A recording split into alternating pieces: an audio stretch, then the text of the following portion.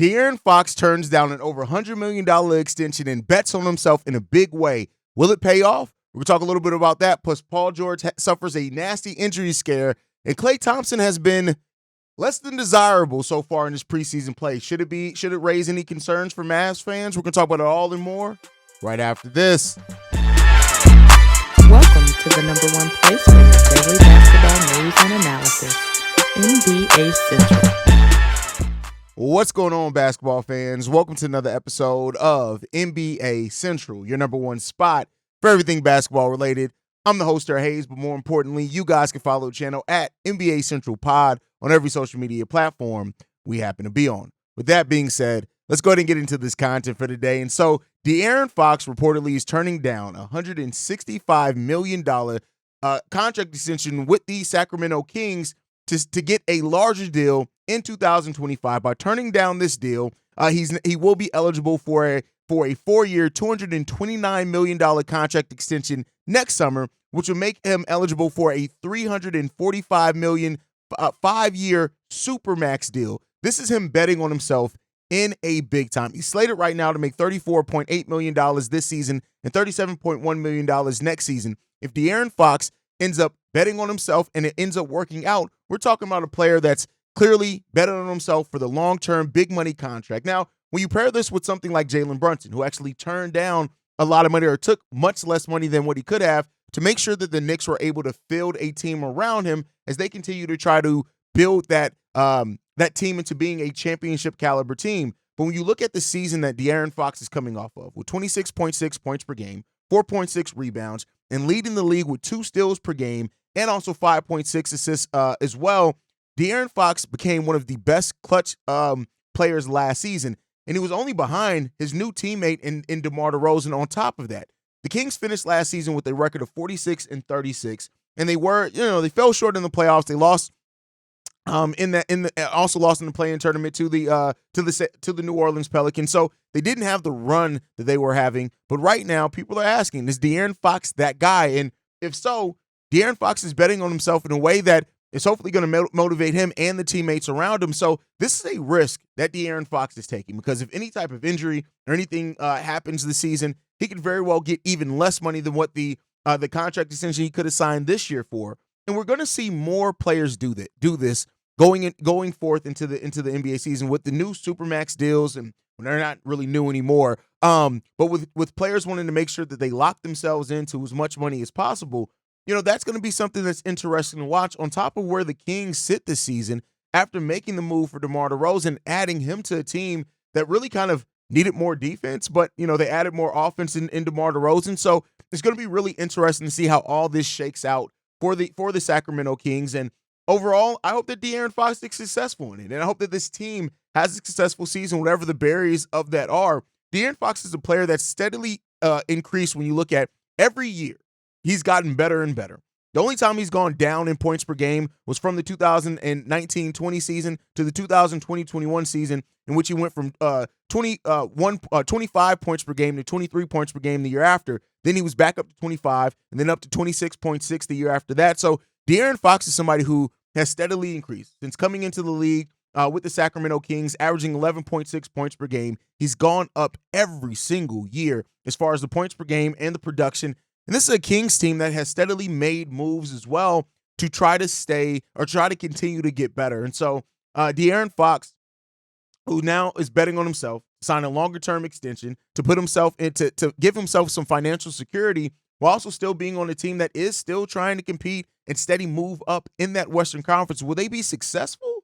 That's the question that you have to ask yourself, right? And with this move that De'Aaron Fox is making as well, in putting his long-term future at the forefront, of course, that's going to come with its own critics possibly as well, especially if De'Aaron Fox has a down year or the Sacramento Kings don't necessarily have the season. Now, it's not on De'Aaron Fox to build the team, right? That's up to the GM. That's up to the people who run that team to continually make moves to put that team in a position to where they can improve every single year.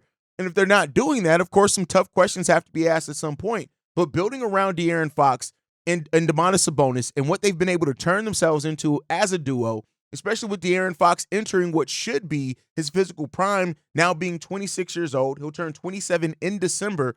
This is all fair questions to ask, and a situation where it's going to be fun to watch how this develops, because now you have 26-year-old De'Aaron Fox, 28-year-old Domantas Sabonis. You've added an over-the-hill, 34-year-old DeMar DeRozan to this team as well, 35-year-old DeMar DeRozan. Let me correct myself on that one. And you still got players in the wings that you're hoping to grow. You got Keegan Murray, who's 24 years old, who showed a lot this season, who I think is going to really be important. You still got Kevin Huerter down there as well, with him being 26. So this is a team with a lot of their core pieces all in their primes or entering their primes.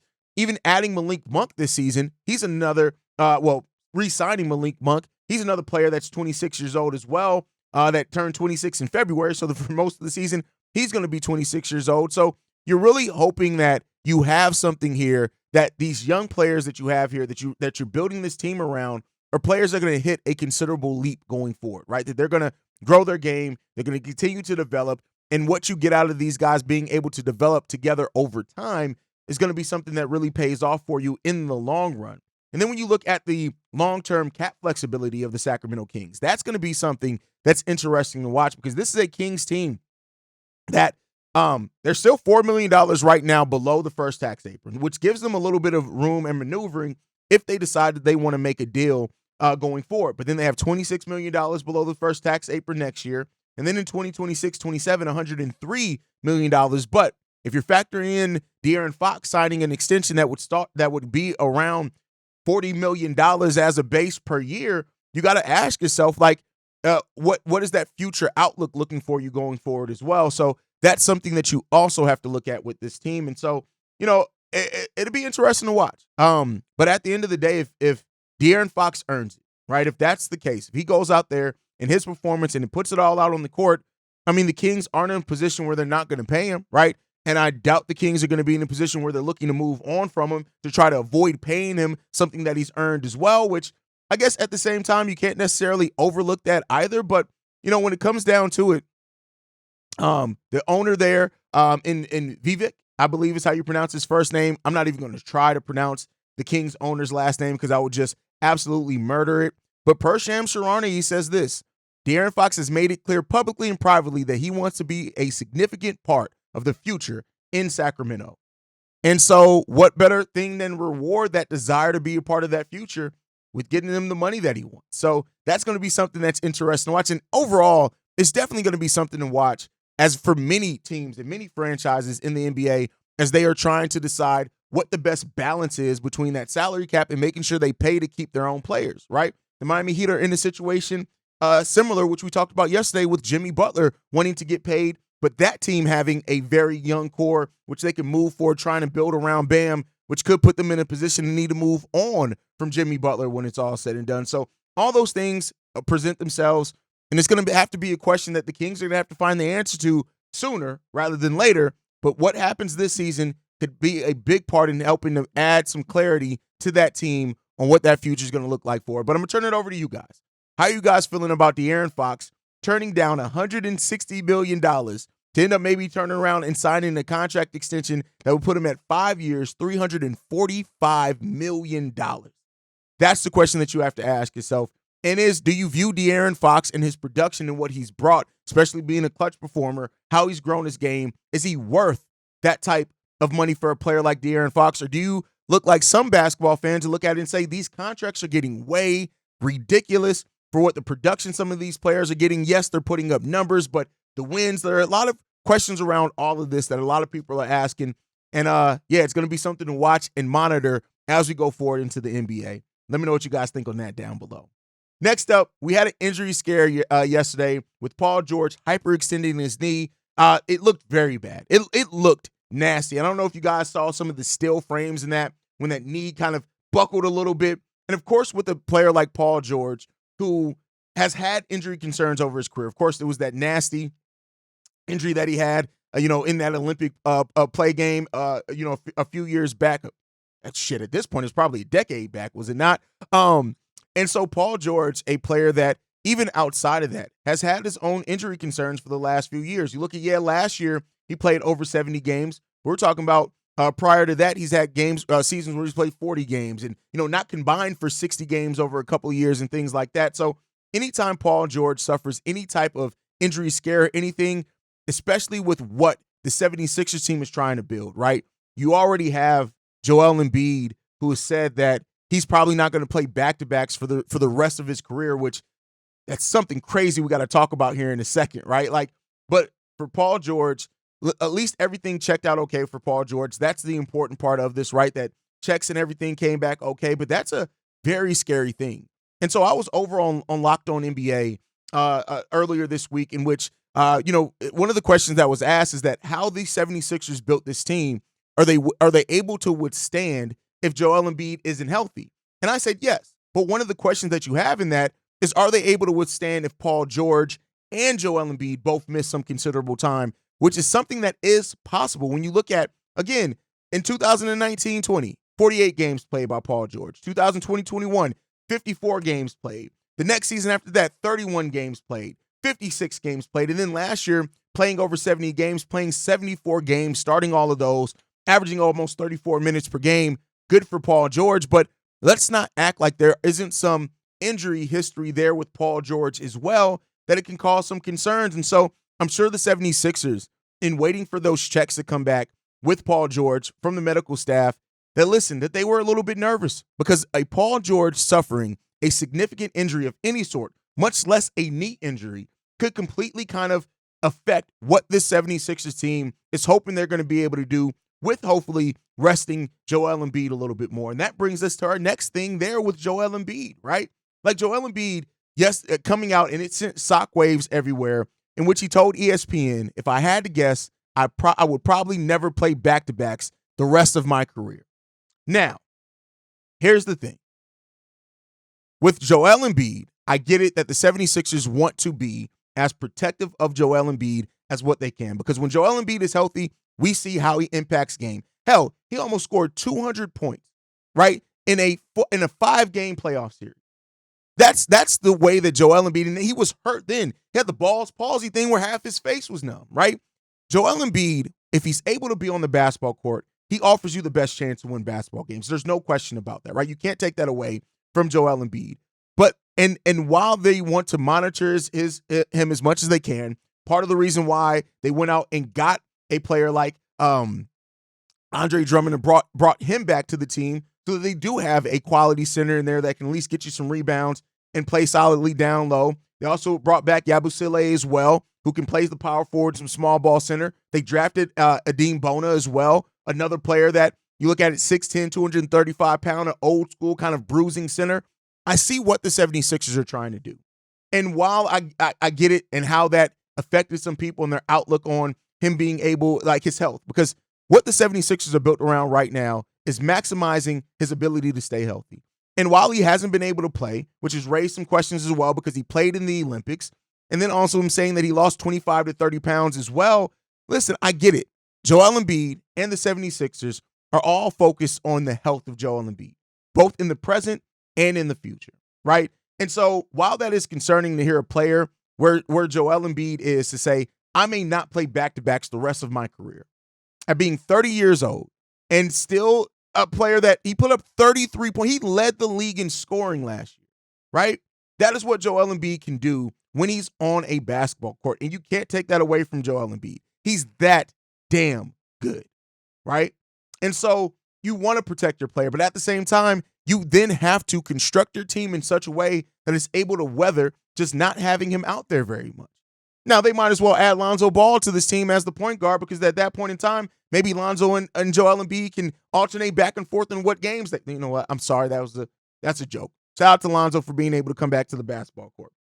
But for at this point in time, to be in such a place with you're being as protective with your health, to not play back-to-backs for the rest of your career, the 76ers they have to thread that needle in such a particular and specific way if they want to be able to achieve their goals, making it into the second round, making it into the Eastern Conference Finals, making it into the NBA Finals, right? They have such a specific way that they have to thread that needle that I hope that they can do it. I love Joel Embiid as a player, except for when he plays against my Chicago Bulls, because he absolutely cooks us every time he plays against us. I think we've won against him one time when he's actually on the court, right? But outside of that, my own personal thing, Joel Embiid is a great player, and he's a great personality in this league as well. but the doubt around him, right? He can win MVPs, he can win scoring titles, he can do all that. It does not matter at this point in Joel Embiid's career. All that other shit doesn't matter if you're not able to be healthy in the playoffs.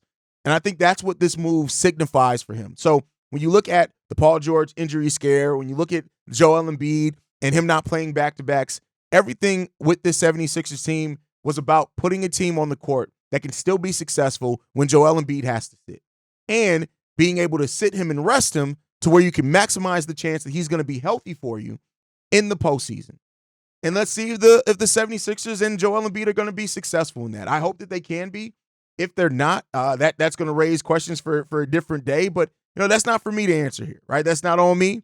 That's on them to figure it out for, and I guess we'll see what they end up doing in it. But overall, let me know what you guys think on Joel Embiid and Paul George, the injury scare with Paul George, and Joel Embiid maybe not playing back-to-backs for the rest of his career. So let's see what we have down on that. Before we go today, the last topic I want to get into is with Klay Thompson. And Klay Thompson and the Mavericks are 0-3 so far in the preseason. Does not matter in the preseason. This is a team that's built for the regular season and regular season success. So I'm not going to look at the record. That doesn't matter. But so far, Klay Thompson has failed to score a point in either of the games that he got into. What's going on there? That's the question that you have to ask. What is going on there? And that brings some concern when it comes down to it. Brian Scalabrine, Bulls legend, by the way, he says this. You hope Klay would be, he's not going to be what he was when he was a perimeter defender, knockdown shooter, guy that could get you 25 and a quarter. You want him to be consistent. I'm somewhat concerned, but I'll tell you what. Historically, some of those shooters that work out in the offseason, then they get back into playing in the regular season. It takes them a little bit of time to find their rhythm. So I would give him at least a month before I made my harsh decisions on whether I think he's not good anymore. I just don't think that you can judge Klay Thompson until he's playing with Luka Doncic and Kyrie Irving. That's when he's going to be his best. He's always been a great catch-and-shoot player. He's always been a guy that benefits off other people. I don't think he's going to go back to what he was, but it will be helpful. And so Klay Thompson right now has not played good. And, of course, that raises some concerns because people like to act like Klay Thompson has been this terrible player, and he has not been, right? He didn't score against the Clippers. He did score 10 points, going 3-9 from the field against the Utah Jazz. But overall right now, it has not been a great preseason for Klay Thompson.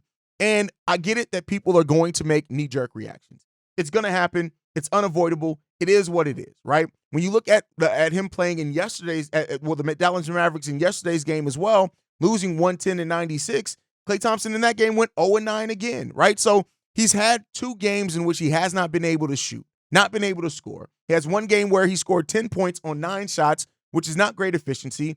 But here's what I'm going to tell you on this. It doesn't matter. It does not matter. Like in the grand scheme of things, what matters is the regular season. And I agree with Brian Scalabrine in the sense that for a player like Klay Thompson, it's about what and how he looks with everybody out there on the court, right? That's just going to be the thing that you have to judge Klay Thompson by. He's not that guy anymore that he's just going to, by the nature of him getting on the court for you, he's going to, that's why he got the deal that he got and he had to go to the Dallas Mavericks, right? It's about how these guys all look together. Him playing off a player like Luka Doncic and Kyrie Irving, right? Him being better than what Tim Hardaway Jr. was in that role last year. That's all Klay Thompson has to do. Now, make no mistake about it. It's not wrong to say that you want to see more from Klay Thompson, looking at what he's been over the course of his NBA career. But this is still a guy who had an effective season last year, right? Was it great? No, it wasn't. It wasn't great. It wasn't amazing. But overall, it's going to get better. It's going to get better for Klay Thompson. I do think there are some concerns overall with the Dallas Mavericks team as a whole. And that just is what it is, right? This is a season where right now Luka Doncic is listed as the odds-on favorite to win MVP this year. And I think that a lot of that comes to narrative, right? And Luka is going to have an amazing season. And you want to see how Klay Thompson is playing off Luka, playing off Kyrie Irving, having role players around him like PJ Washington, who's been great for that Dallas Mavericks team and who I think is going to be a big part of that Dallas Mavericks team as well, right? You want to look at those things for these type of players. And so, yeah, Klay Thompson averaging, 4 points per game so far through the preseason. It's concerning, but you haven't seen everybody out there. And I don't think the Dallas Mavericks are a team that right now are trying to go super hard for a preseason game right? Yeah, they're 0-3 in the preseason. It doesn't matter for the Dallas Mavericks. The Dallas Mavericks have you want to get guys in rhythm. You want to get guys on the same page, but it's not about the regular season even so much for the Dallas Mavericks. Yes, you need regular season wins, and they're going to win a lot of regular season games. This is about the postseason. This is about creating mismatches for Luka and Kyrie. It's about doing that and having somebody that can stretch the floor out there. Klay Thompson, until proven otherwise in the regular season, I still think that he has that ability.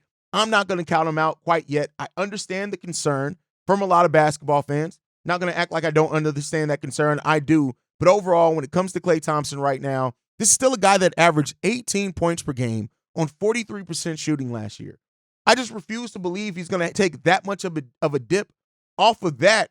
And I'm not expecting Klay to be the excellent wing defender, the guy that averaged over 20 points per game for like 8 seasons in a row. I'm not expecting Klay to be that. But to be the guy that can average 16 to 18 points on semi-decent shooting, he still shot the ball 38% from three-point range last year, taking 9 3-pointers per game. That can help this Dallas Mavericks team. And let's see if Klay Thompson can do that. But guys, thank you for tuning in.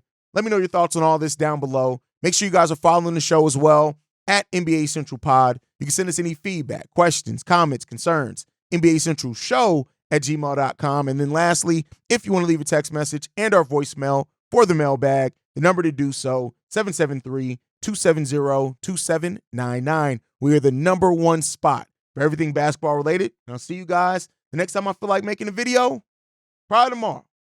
Peace, y'all.